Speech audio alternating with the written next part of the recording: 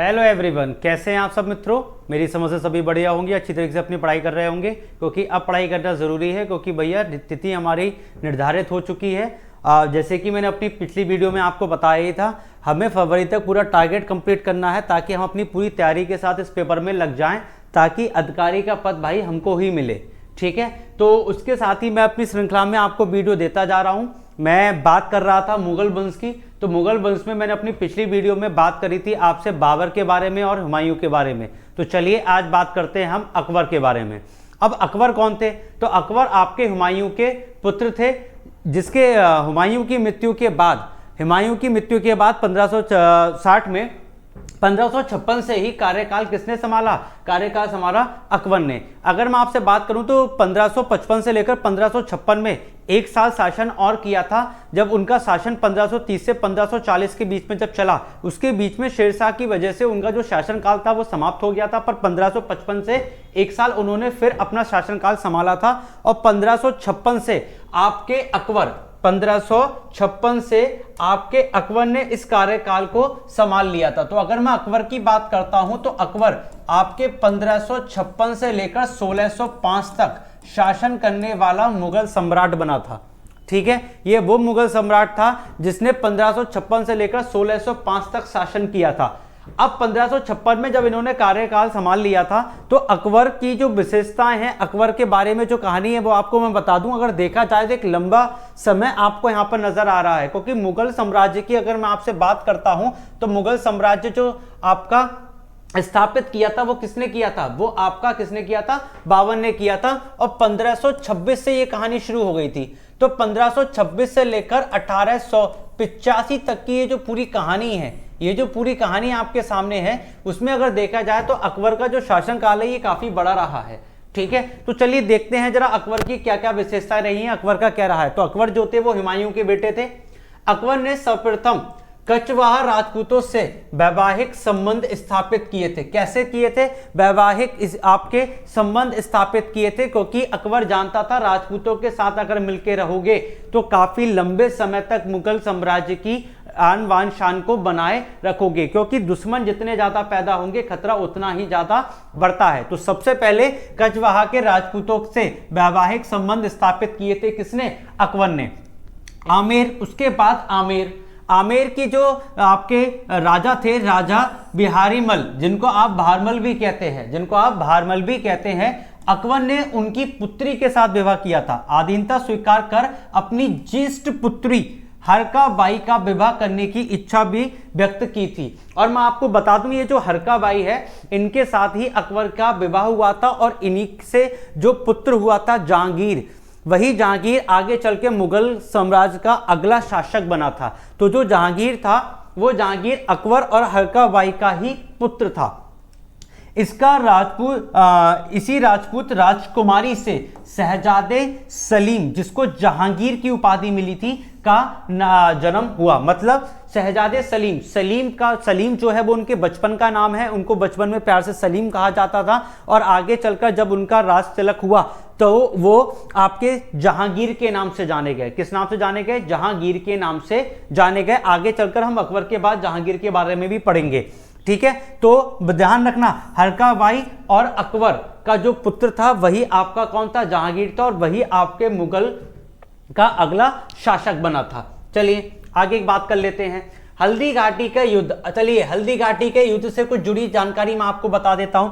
आपका ये जो हल्दी घाटी का जो युद्ध हुआ था, इस युद्ध का जो आपका मुख्य उद्देश्य था, वो मुख्य उद्देश्य क्या था? कि महाराणा प्रताप को अपने अधीन लाना था। मतलब अकबर ये चाहता था कि इसका जो मेन उद्देश्य था वो ये था कि महाराणा प्रताप, क्योंकि महाराणा प्रताप की ताकत का अंदाजा किसी को नहीं था।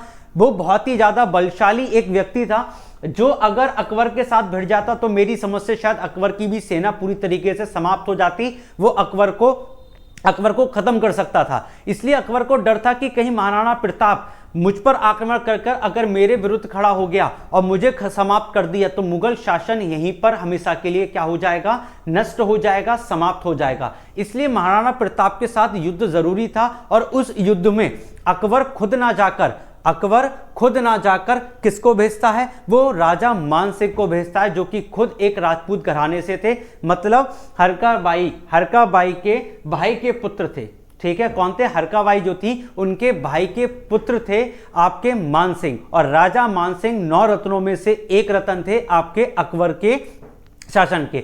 अब क्योंकि अब मान सिंह को क्यों भेजा गया? क्योंकि मान सिंह जो थे आपके वो सैन्य के प्रमुख थे, मतलब जो सैन्य दल था उसका, जो आर्मी थी उसके क्या थे? प्रमुख थे। तो मान सिंह को इन्होंने क्या किया? महाराणा प्रताप के समक्ष खड़ा कर दिया, उनके सामने खड़ा कर दिया, और जिस कारण बस मुगलों की वहां पर क्या हुई? मुगल की वहां पर विजय हुई, मुगल वहां पर जीत गए और महाराणा प्रताप हार गए। क्योंकि भाई अपने भतीजे के खिलाफ कौन युद्ध लड़कर अपने भतीजे को मौत के घाट उतारेगा? इसी वजह से महाराणा प्रताप उस युद्ध में आपके पराजित हो गए थे।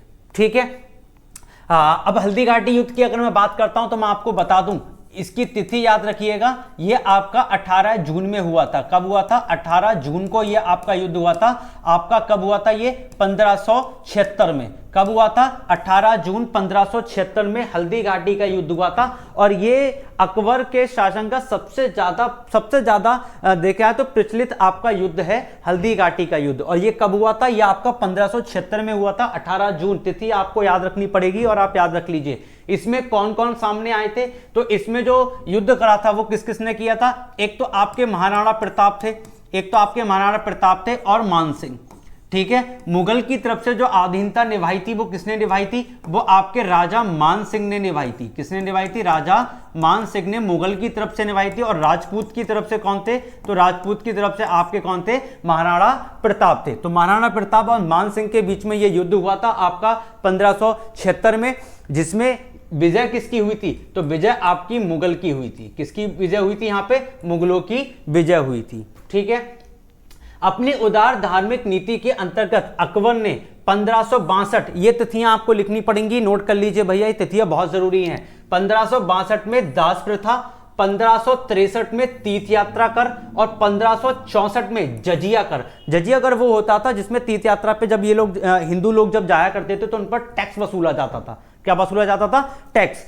तो मैंने आपको बताया भी था उस टाइम खिलजी की वंश की बात आई थी, तो मैंने आपको बताया भी था जजिया कर लगाने वाला जो आपका शासक था वो अलाउद्दीन खिलजी था, और अलाउद्दीन खिलजी के बाद अकबर ने इस जजिया टैक्स को खत्म किया था, और अलाउद्दीन खिलजी ने औरंगजेब ने इसको पुनः आपका चालू किया था। ये आपको याद रखना पड़ेगा, क्योंकि यहां से प्रश्न बहुत पूछा जाता है और एक प्रश्न बहुत ज्यादा बनता है। ठीक है, तो यहां से जजिया कर को समाप्त किया था। किसने किया था?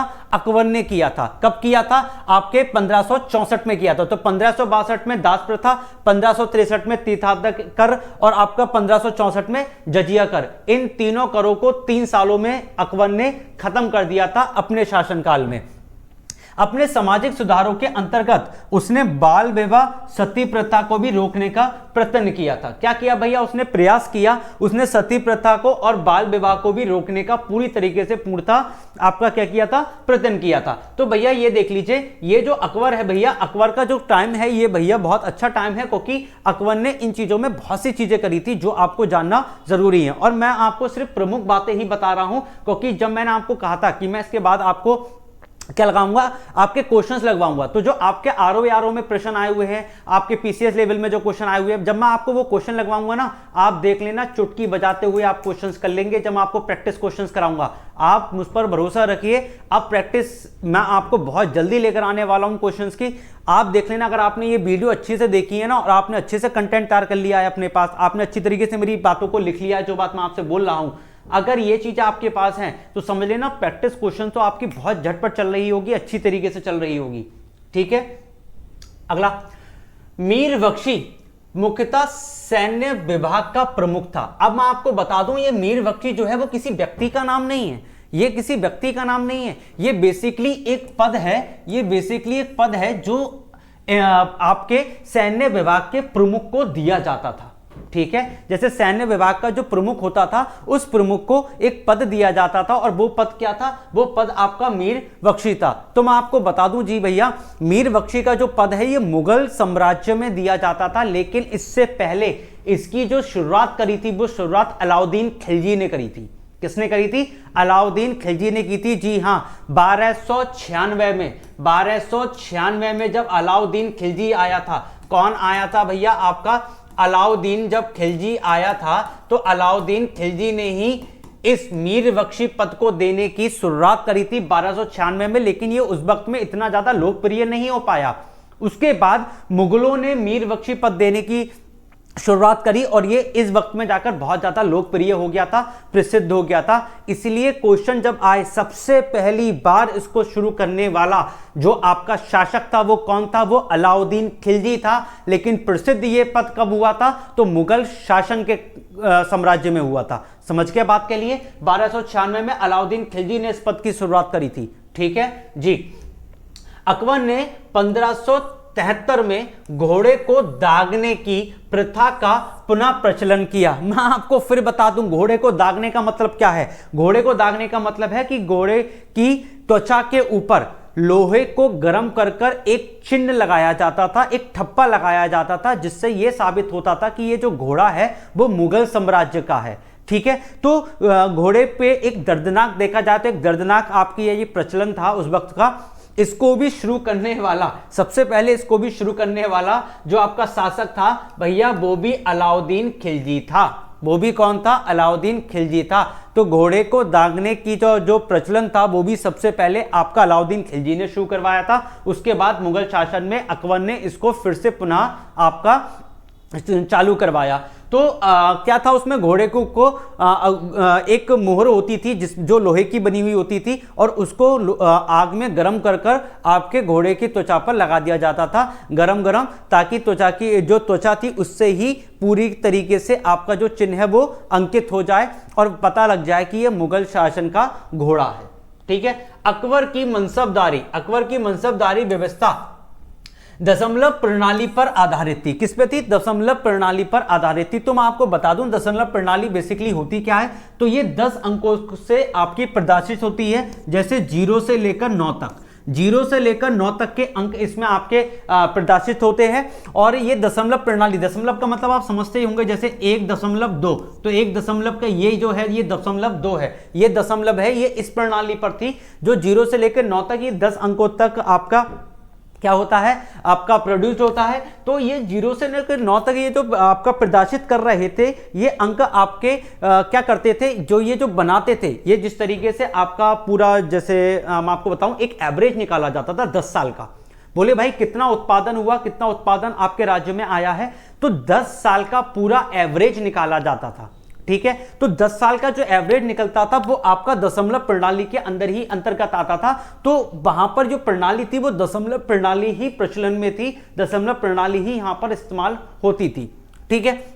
अकबर ने अपने शासन के 24वें वर्ष मतलब 1580 में आईने दसाला टोडरमल बंदोबस्त नामक नई कर प्रणाली को शुरू करके मुगल कालीन व्यवस्था को स्थायी स्वरूप प्रदान किया। तो जी मैं आपको बता दूं, जिस चीज का मैं अभी जिक्र कर रहा था, आईने दसाला टोडरमल बंदोबस्त, जिसको किस नाम से जाना था? टोडरमल बंदोबस्त। तो मैं आपको बता दूं ये जो नाम है टोडरमल, ये जो मैं आपको बता दूं ये जो नाम है टोडरमल, ये जो टोडरमल थे ये आपके मुगल साम्राज्य में अकबर के आपके वित्त मंत्री थे। कैसे मंत्री थे जी?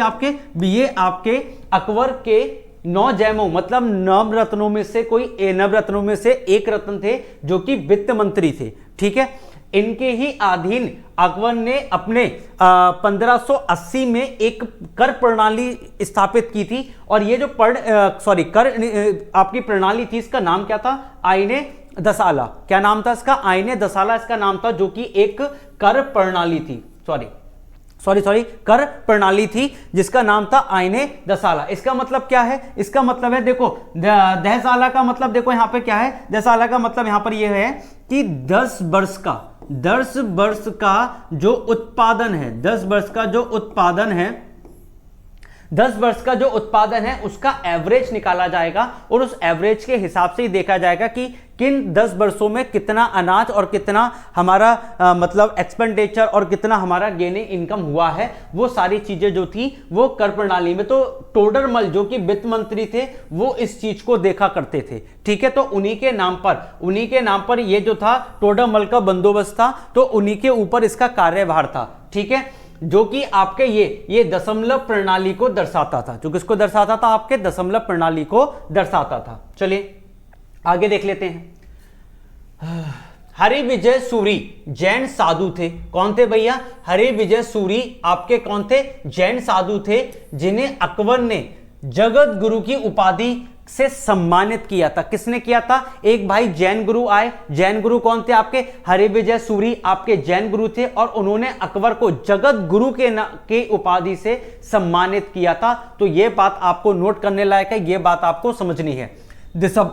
दिसंबर 1600 में ईस्ट इंडिया कंपनी की स्थापना के समय इंग्लैंड की रानी एलिजाबेथ प्रथम थी। ठीक है, कौन थी? तो मैं आपको बता दूं भैया, अकबर के शासनकाल में सबसे पहले 31 दिसंबर 1600 को आपके ब्रिटिश ईस्ट इंडिया कंपनी की स्थापना होती है, जिसका कार्यभार जो इंग्लैंड की रानी थी क्वीन एलिजाबेथ फर्स्ट उनके अधीनतम में आती थी। रॉल्फ फिंच 1853 से 1886 में फतेहपुर सीकरी और आगरा पहुंचने वाला पहला अंग्रेज व्यापारी था। तो हम लोग जानते हैं ये ब्रिटिश ईस्ट इंडिया कंपनी का भैया कार्यकाल क्या था? ये चाहते थे कि भैया हमारे जो है वो व्यापारिक संबंध हैं वो भारत के साथ बन जाएं और हम उपनिवेशित के साथ हम लोग क्या कर सके, भारत में रहकर स्टे कर सके और हम अपने अच्छी तरीके से अपना उत्पादन कर भारत में भी अपने ट्रेड को फैला सके। तो सबसे पहले 1600 आपके 31 दिसंबर 1600 में सबसे पहले ये British east India company Bharat आती है अकबर के शासनकाल में। और यहां पर रॉल्फ फिंच जो कि पहले ही भारत आकर घूमकर जा चुका था कि यहां पर हम अच्छी तरीके से व्यापार कर सकते हैं। तो कौन आया था? रॉल्फ फिंच नाम का व्यक्ति फतेहपुर सीकरी और आगरा घूमने आ चुका था Bharat British east India company establish होने से पहले। अकबर ने फतेहपुर सीकरी में 1575 ईस्वी में इबादत खाने की स्थापना, जिसका उद्देश्य दार्शनिक एवं धार्मिक विषयों पर वाद विवाद करना था। ठीक है, इनने क्या किया था भाई? इबादत खानों की स्थापना की थी। किसने की थी? अकबर ने की थी। कहां की थी? फतेहपुर सीकरी में की थी। देखो अकबर के साथ दो नाम बहुत जोड़े जाते हैं, एक आगरा और दूसरा फतेहपुर सीकरी। ठीक है, तो ये दोनों नामों का आप ध्यान रखिएगा। फतेहपुर सीकरी में 1575 में क्या हुआ था? 1575 में इबादत खाने की स्थापना की थी। किसने की थी? अकबर ने की थी।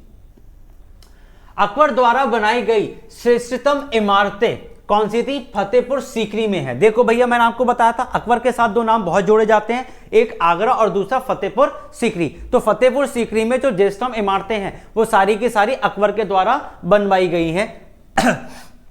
यहां पे आ जाइए, अगले देख लीजिए, महजरनामा। अगर मैं आपको बताऊं तो यहां पे ये जो शब्द है महजर, ये जो शब्द है यहां पर महजर का मतलब जी आपको मैं बताऊं तो क्या होता है भैया? महजर का मतलब होता है जी घोषणा।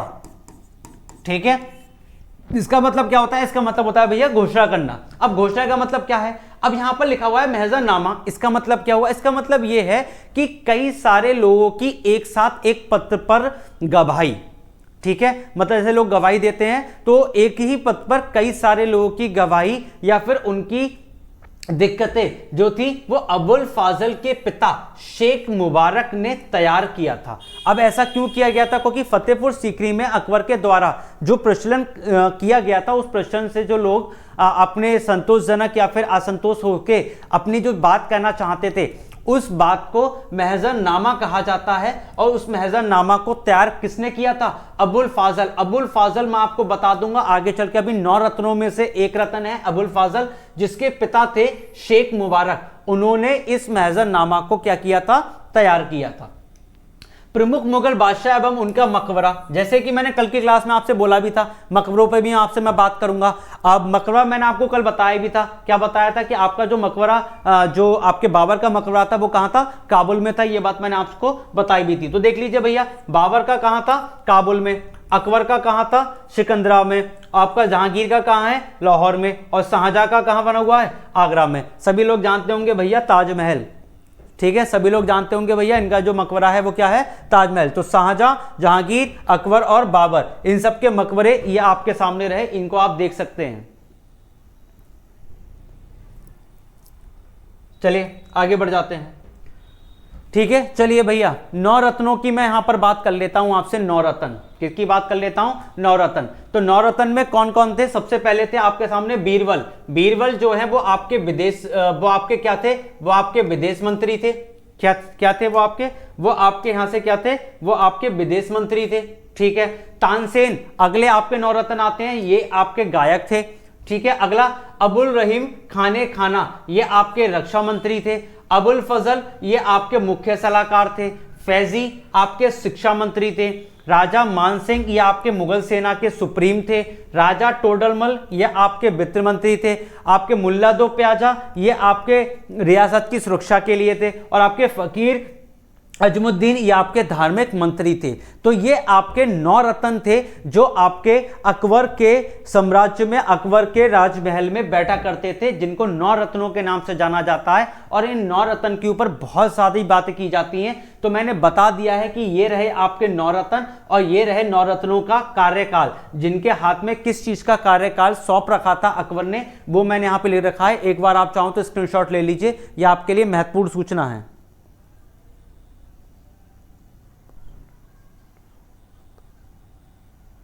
चलिए आगे बढ़ जाते हैं, आई होप सो आपने स्क्रीनशॉट ले लिया होगा। चलिए अगले बात कर लेते हैं जहांगीर की। किसकी बात कर लेते हैं जी, अगली जहांगीर की। चलिए जहांगीर देख लेते हैं। तो जहांगीर का जो शासनकाल है, जहांगीर जो थे वो आपके अकबर के पुत्र थे। तो अकबर की मृत्यु के उपरांत आपके क्या हुए, जहांगीर को शासनकाल पे बिठाला गया। आप कह सकते हैं कि मतलब जब वो बूढ़े हो गए तब इनको बिठाला गया। तो आप ये समझ लीजिए कि अकबर के बाद जो मुगल साम्राज्य की शासन पे बैठा, उसकी गद्दी को संभालने बैठा, वो कौन था, जहांगीर, जिनका शासनकाल 1605 से शुरू होता है। कहां से शुरू होता है, 1605 से शुरू होता है और 1627 पे जाके खत्म हो जाता है, ठीक है। 1605 से शुरू होता है और 1627 पर जाकर क्या हो जाता है जी, खत्म हो जाता है। तो ये जहांगीर का शासनकाल है। चलिए देख लेते हैं जी इनका क्या रहा है। अकबर में किले में 1605 ईस्वी में जहांगीर का राज्य अभिषेक हुआ था। कहां हुआ था, आगरा के किले में। तो भैया अकबर जो थे वो आगरा ही रहते थे, आगरा ही उन्होंने क्या बना रखा था, राजधानी बना रखा था। तो आगरा के किले में ही जहांगीर का क्या हुआ था, राज्य अभिषेक हुआ था। दो आस्पा एवं सिंह आस्पा प्रथा जहांगीर ने चलाई थी। भैया ये देख लेना जरा क्या है ये सिंह आस्पा और दो आस्पा, ये क्या होता है तो मैं आपको बता देता हूं। दो आस्पा का मतलब होता है दो घोड़े, क्या होता है, दो घोड़े, ठीक है, सॉरी, दो घोड़े, ठीक है। सिंह आस्पा का मतलब होता है तीन घोड़े, ठीक है। ये जो आपकी प्रथा है, ये जो प्रथा यहां पर जो ये जो प्रचलन में आई, ठीक है, ये इन्हें जहांगीर ने किया कि भाई जिन लोगों के पास दो घोड़े या तीन घोड़े हैं, ये उनकी प्रथा यहां पर चलाई गई थी कि भाई जो लोग हैं उनके पास एटलीस्ट दो घोड़े या फिर तीन घोड़े होना अनिवार्य है। तो ये प्रथा किसने चलाई थी, ये जहांगीर ने ये इसका आपका प्रचलन किया था। 1605 ईस्वी में राणा अमर सिंह तथा मुगल बादशाह जहांगीर के मध्य चित्तौड़गढ़ की संधि हुई थी। किस किस के बीच में चित्तौड़गढ़ की संधि हुई थी, 1615 में। 1615 में आपके चित्तौड़गढ़ की संधि हुई थी राणा अमर सिंह के बीच में और मुगल बादशाह जहांगीर के बीच में। किसके बीच में, आपके राणा अमर सिंह और जहांगीर के बीच में चित्तौड़गढ़ की संधि हुई थी। कब, 1615 में। क्यों हुई थी तो मैं आपको बता दूं, ये जो संधि हुई थी, संधि के पीछे आपके जो मुगल बादशाह जो जहांगीर थे, इनकी अधीनता में चित्तौड़गढ़ को रखा जाना था, ऐसा इनका पेशकश था। और इस संधि के अंतर्गत आपके मुगल बादशाह जहांगीर के अधीन चित्तौड़गढ़ आ गया था, ठीक है। ऐसा नहीं था पूर्णतः तरीके से हुआ था, बस ये था हस्तक्षेप करने लायक ये हो गए थे।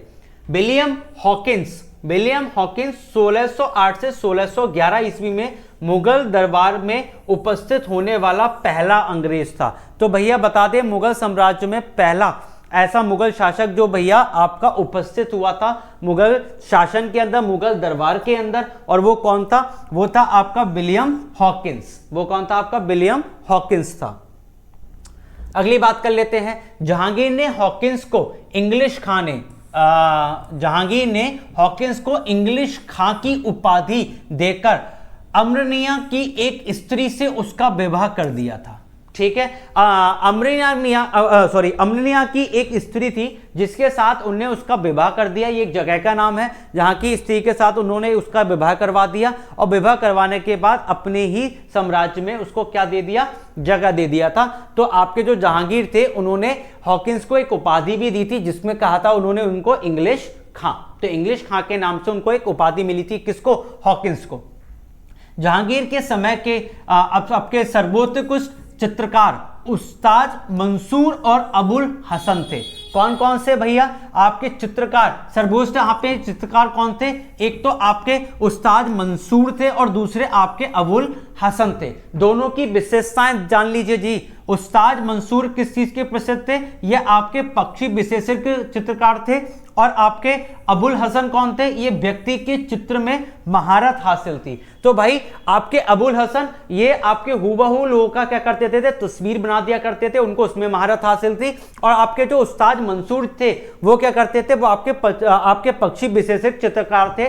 पक्षी की चित्रकारी आपके किलों पर कर दिया करते थे। ठीक है, जहांगीर ने अपनी आत्मकथा फारसी भाषा में लिखी है। किसमें लिखी है? जहांगीर की जो आत्मकथा है वो किसमें है? वो फारसी भाषा में है, जिसका नाम क्या है? तुज़्क ए जहांगीरी। क्या नाम है उसका? तुज़्क ए जहांगीरी। ये आपके ऑटोबायोग्राफी है। किसकी है? जहांगीर की है, जो कि फारसी भाषा में लिखी है। कौन सी भाषा में लिखी है? फारसी भाषा में लिखी हुई है। चलिए अगला, इसको काट देता हूं, ये भैया नहीं है। एमतदौला का मकबरा नूरजहां ने अपने पिता की मृत्यु के बाद बनवाया। ठीक है, कौन सा? एतमादौला। भैया ये क्या है एतमादौला? मैं आपको बता दूं भाई एतमादौला क्या है। एतमादौला बेसिकली एक उपाधि का नाम है, एक उपाधि से नवाजा गया एक व्यक्ति का नाम है। ठीक है, अब ये व्यक्ति जो है वो एक उपाधि है। अब ये उपाधि फिर दी किसको गई थी? तो मैं आपको बता दूं, उपाधि ये दी गई थी आपके मिर्जा, किसको दी गई थी? मिर्जा गयास बेग को। किसको दी गई थी?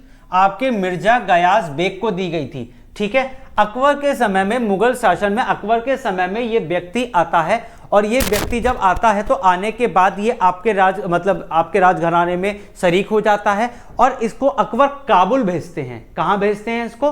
काबुल भेजते हैं। और काबुल के खजांची से इसको नवाजा जाता है। ये वहां पे जाके काबुल प्रांत का, जो काबुल प्रांत जो था जहां से आपका बाबर आया था, जहां से भाई बाबर आया था, अकबर के दादा जहां से आए थे, काबुल प्रांत का खजांची था ये व्यक्ति। और इस व्यक्ति को ही एतमादौला का आपका उपाधि मिला हुआ था, जिसकी समाधि किसने बनवाई थी? जिसकी समाधि नूरजहां ने बनवाई थी। और नूरजहां कौन थी? नूरजहां आपकी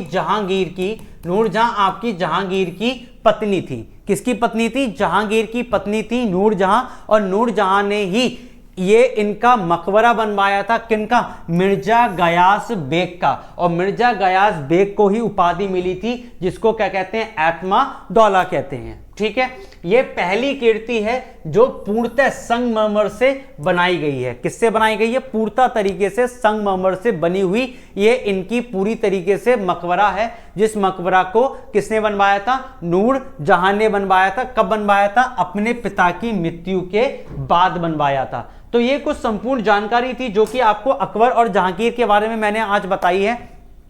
साथ ही साथ में प्रैक्टिस क्वेश्चंस भी अब हम लोग लगाएंगे, क्योंकि भाई दिल्ली सल्तनत और आपके ये मुगल शासन के बाद आपका तो पूरा ब्रिटिश शासन ही शुरू होना है। तो ब्रिटिश शासन शुरू करने से पहले और दिल्ली सल्तनत को पूरा खत्म करने से पहले मैं आपका पूरी तरीके से मैं आपकी प्रैक्टिस सीरीज लगवाऊंगा। कई सारी क्लासों में प्रैक्टिस सीरीज में आपको लगवाऊंगा, जिसमें मैं आपके काफी नंबर्स ऑफ क्वेश्चंस को पूर्णतः तरीके से कंप्लीट करूंगा।